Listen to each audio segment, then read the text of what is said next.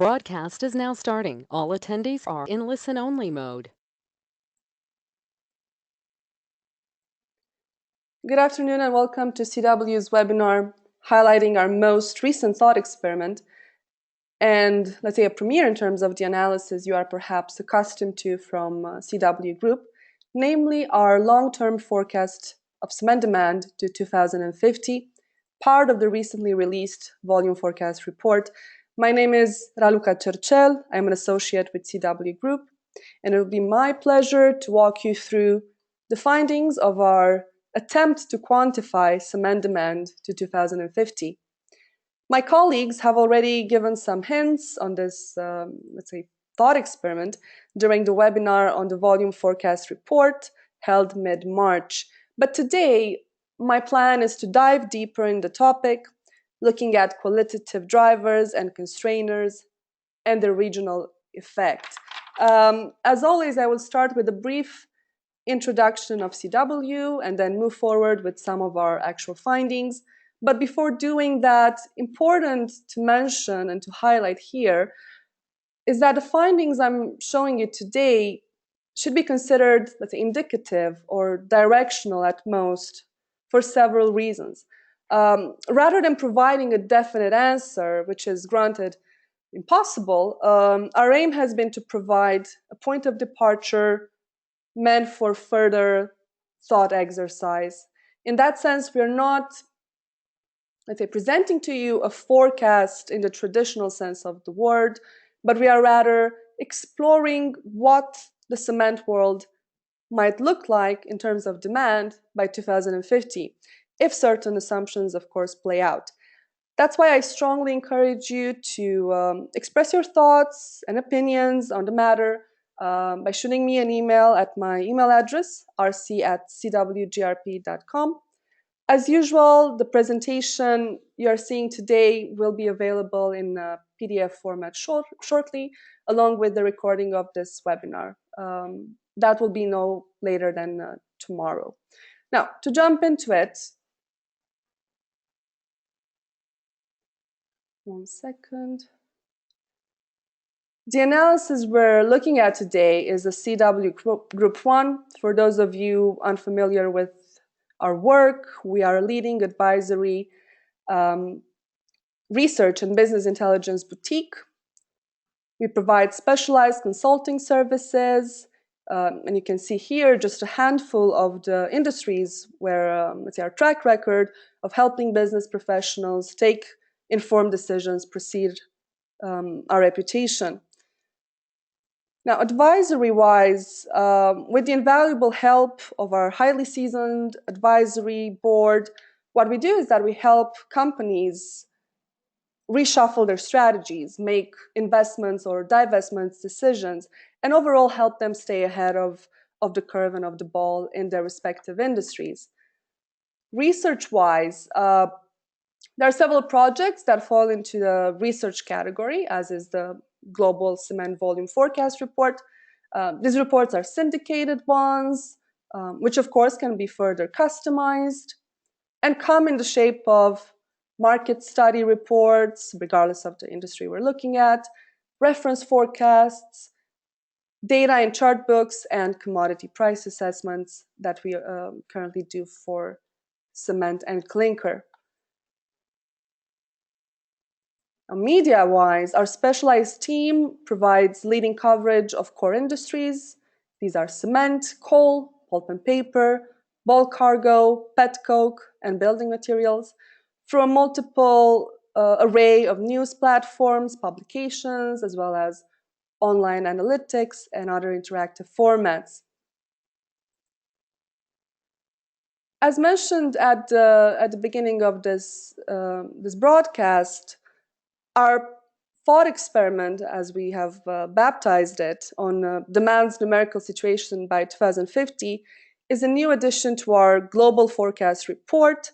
The report is a highly used tool that enables professionals in the cement industry and not only plan for the future with an extensive coverage of 57 national cement markets. Our team of analysts devote a large share of their time twice a year to this exhaustive analysis, closely looking at each market covered and as analyzing how both quantitative and qualitative factors will come to shape demand, production, and capacity over the course of the 5-year forecast period. Now, under our thought experiment, the 33-year forecast that we're discussing about today is both global and regional, but I'll dwell more into that in the following pages.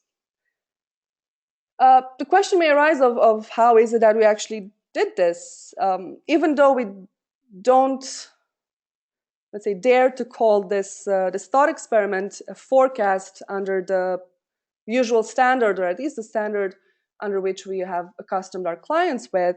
We did apply a methodology to our effort. We began by looking at the national cement markets in the world, all of them, not only the 57 present in our volume forecast report. And we zoomed in the relationship between per capita GDP and per capita cement consumption.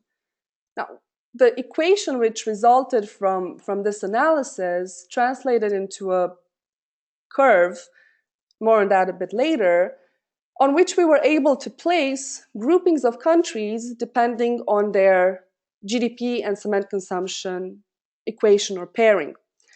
Now, we then moved to using statistical nonlinear regression to forecast all of the countries' future GDP and populations to 2050. This informed us on now a future curve with different ranges and limits than the one of 2017, and of course with different highs and lows. Of course, this is not enough, and we can't ignore qualitative drivers, which play a significant, if not crucial, role in this thought experiment. As you will see in the next pages, we'll discuss those in detail in a bit.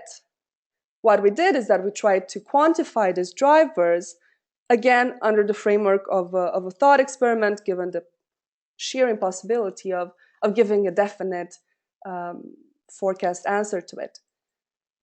And this is how, let's say, we came to what we believe is the end result of this thought experiment. Now, to jump into it and going to the per capita cement and GDP curve that I mentioned just a minute ago. Now, on this page, and I hope you can see it all right, the striped curve represents the situation of 2017, whereas the full colored one represents how we think the equation or the curve will look like by 2050. What we did is that we baptized different categories of countries depending on how they fall into the curve.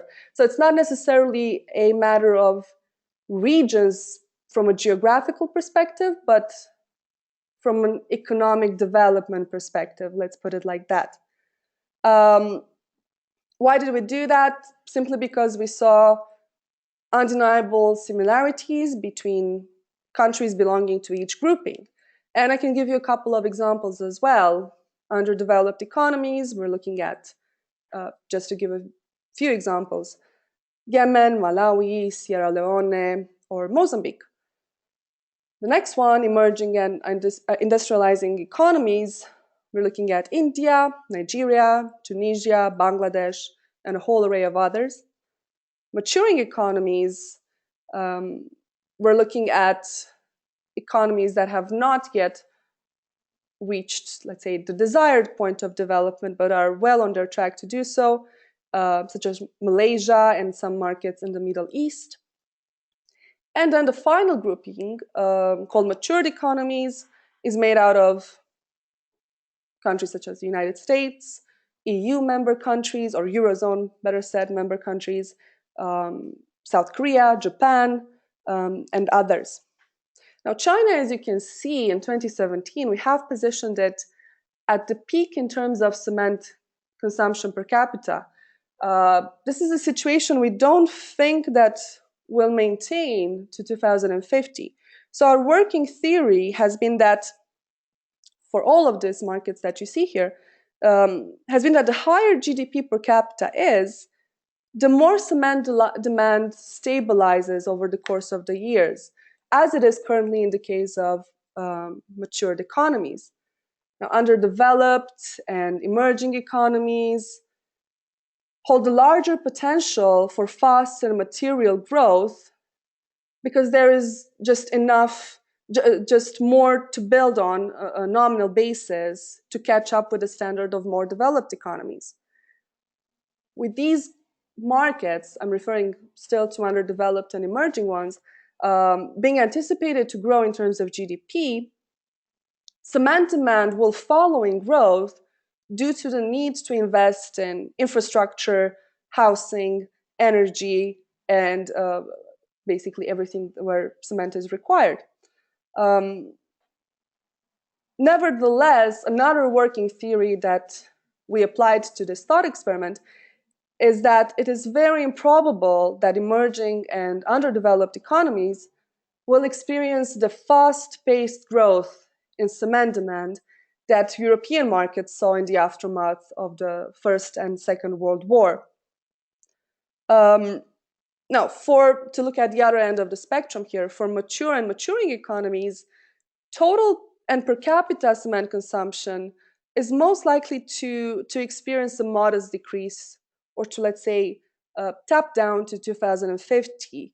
Now, these markets, already developed, are likely to see an increase in usage of other materials that can replace the usage of cement, but more on that a bit later. Now, in China, like I mentioned, we now think that in 2017 it has been at its peak in terms of demand. Hence, we expect demand to contract for several reasons. We're looking at centrally mandated restructuring in terms of production, environmental sustainability consideration, and overall a different pacing of construction. All of these are more than likely to lead to a decline in consumption, something that we have already noticed in 2017 in comparison to 2016 in our volume forecast report. Now, if we go and take a look at the drivers and constrainers that we took under consideration for this thought experiment, you can see here we're looking at a few factors that we think will have significant impact on cement demand by 2050. Of course, it's debatable if this is the complete list or not. Surely there are others more regionally or country-wise factors that we did not put here on this page. Our goal, again, being to look at the bigger picture and consider the big factors. Now, to look on the negative side and start a bit more counterintuitively with the right side of the page, we're looking at alternative construction methods, cement substitutes, like I mentioned, emission regulations, and the rationalization of cement demand in China as the most important constrainers. These, except for the Chinese impact, are likely to mostly impact mature and maturing economies, where purchase power can allow the purchase of different, perhaps more expensive materials. In the pages of our volume forecast report, what these materials are is very detailed, so please feel free to have a look there.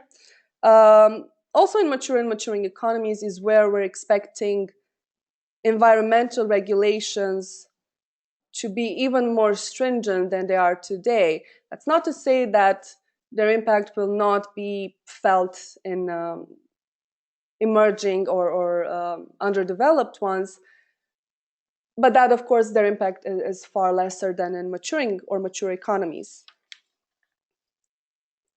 We're also not assuming that alternative materials will be, let's say, the new normal, but we can assume that it will make more material strides in capturing a larger share of the building material market. It's of course not all gloom and doom. Cement demand will still be encouraged by traditional factors, let's say, like maintenance and rehabilitation works, construction meant to house new urban residents, um, infrastructure needed for both transportation and power purposes. These positive factors, we think, are not sufficient from saving demand from declining, namely by what we estimate is a minus 3% decline, looking at the difference between 2017 and 2050, and a CAGR decrease of minus 0.3%.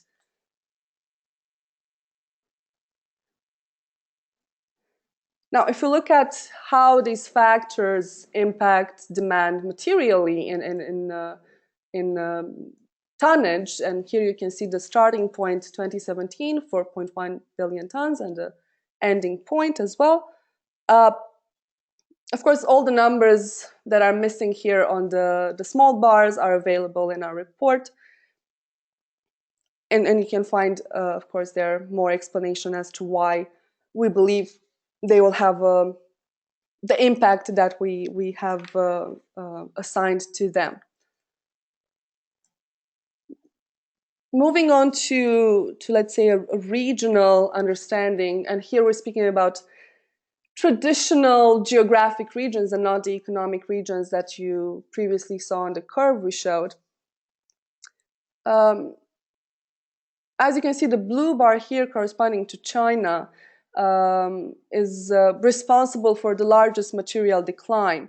And that's simply due to the fact that China's cement sector sheer size is simply impossible to counterbalance by the demand increases in regions where demand is actually growing, such as emerging Asia, Africa, Middle East and North Africa, or Sub-Saharan Africa.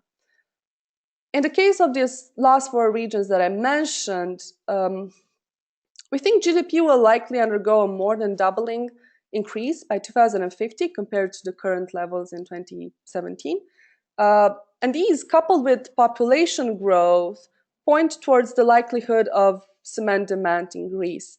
In these regions, it's important to say that the possibility or the probability of alternative building materials being used is quite slim, not ignorable, but slim, just because cement is likely to be continued to continue to be a highly sought after commodity, essential for development.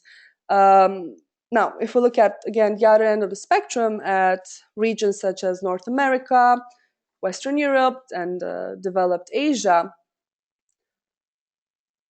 a decrease is more likely. Recurrent construction and maintenance needs, particularly for existing transportation and energy infrastructure, will likely smoothen the decline of consumption to 2050 in the case of these regions. But we're not seeing any major factor that would, let's say, encourage cement demand to grow beyond the levels that we are currently seeing. Now, to end, and instead of our usual closing remarks, I prepared here a bit of an infographic that shows, let's say, the big picture in the shape of, let's say, a graphic executive summary. Biggest decline, of course, as you can see in the red arrows and numbers, to happen in China from our perspective under this thought experiment. Quite dramatically so. Only if we look at per capita cement demand, we're looking at a quite abrupt decline to 830 kilos to 2050, quite a bit compared to the current levels. And as you can see, there's let's say little redemption from global ex-China regions. And with that, let me thank you for your attention. I hope you have found this presentation interesting and that it will provoke other thought experiments such as ours. If you have any questions or suggestions, or if you'd like to continue this conversation, please feel free to email me. You have my email address right here. Thank you again for joining, and as always, you'll be able to find the presentation soon on our website and in your email. Thank you and goodbye.